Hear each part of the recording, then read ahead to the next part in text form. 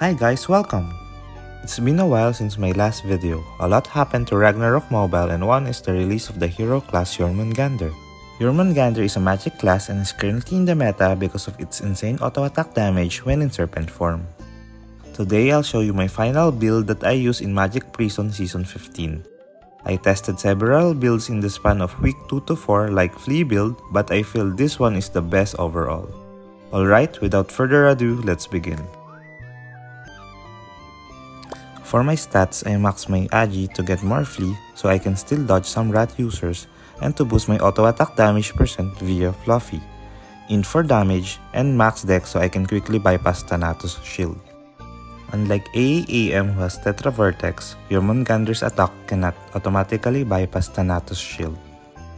For other attributes, I aim to boost my M-Pen, auto attack damage percent, magic damage increase, ignore M-Dep, and fire damage as high as I can, focusing on auto attack damage percent and fire damage.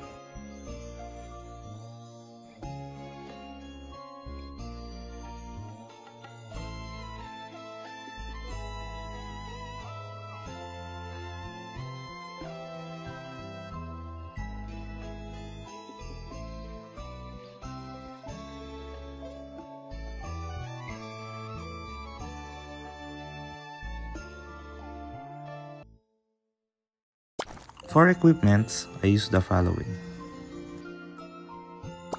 Max Attribute Demon Hunter's Trophy with Insight 3 Enchant and inlaid with Wicked Sunflower Star card. Max Elemental Attribute Other Shore Patrol with Max Flea Enchant and inlaid with Munak Star card.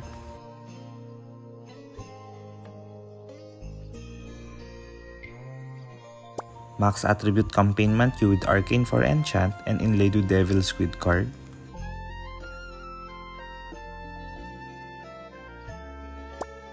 Max Attribute Tristan's Grace with Arcane 4 Enchant and inlaid with Moonlight Flower Star card. 2 Heart of Molten Fire with Anti-Mage 2 and 3 Enchant and inlaid with Osiris and Smokey card.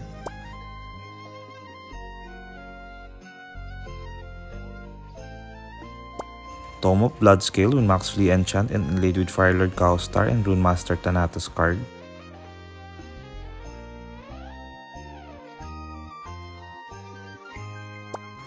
Tipsy Summer with Zeal 4 Enchant and inlaid with Katarina card.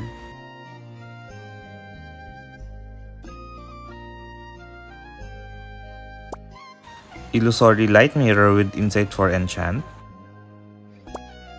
Shape of My Heart with Zeal 2 Enchant. Love Goddess with Insight 3 Enchant. And lastly, Fluffy with Arcane 3 Enchant. For my Shadow equips, I use plus 15 Creeper Agreement with Insight 2 Enchant. The Chosen's Gown for Anti-Fear.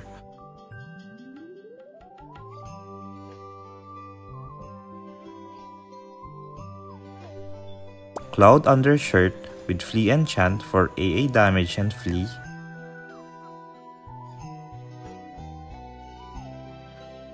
And Boar Bristle Shoes with Max Flea Enchant for more Agi.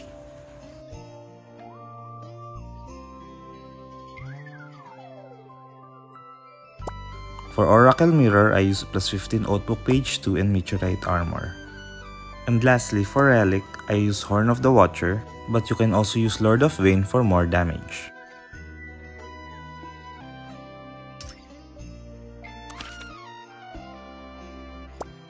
For skills, I place Disaster Panic, Plunder of Fate, and Invasion in stack up.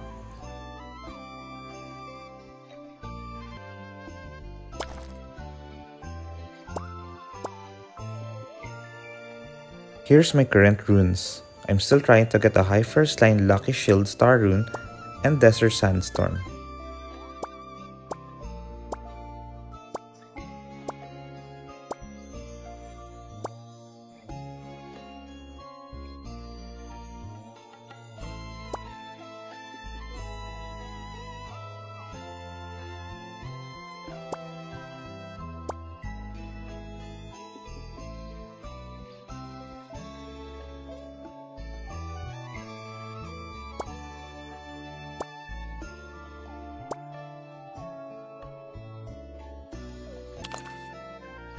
Lastly, here's my current handbook and guild buffs.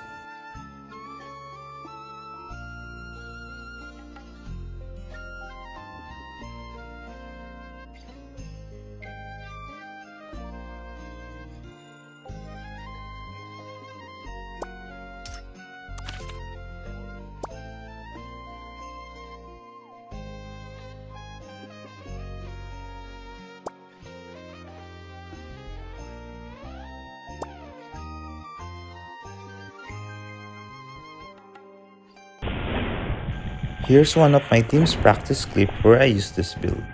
While watching, I'll insert some tips along the way, so please stay tuned. Tip number 1, always cast Serpent Domain and make sure you're inside as you attack to build echoes.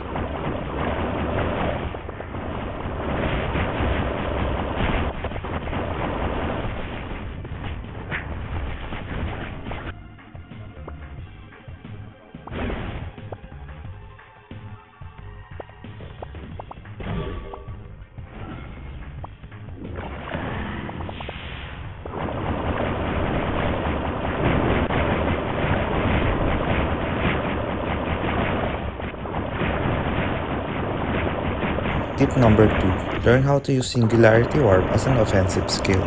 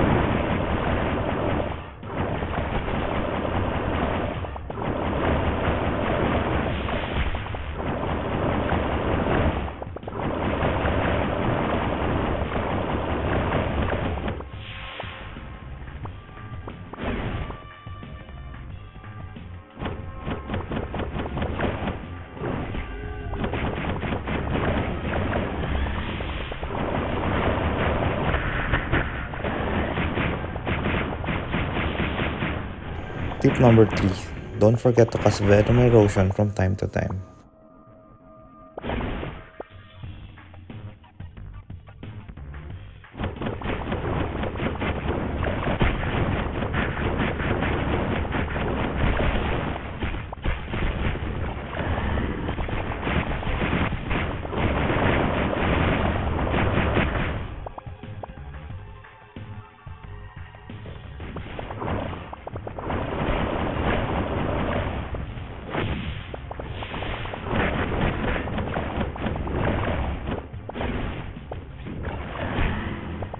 Tip number 4, if you get Unreal, don't panic.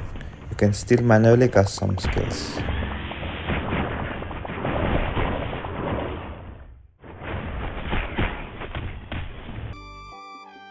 Alright, that's it for now. Hope you learned something from this video. If you have questions, please comment it below and I'll try to answer them. Until next time, thank you for watching.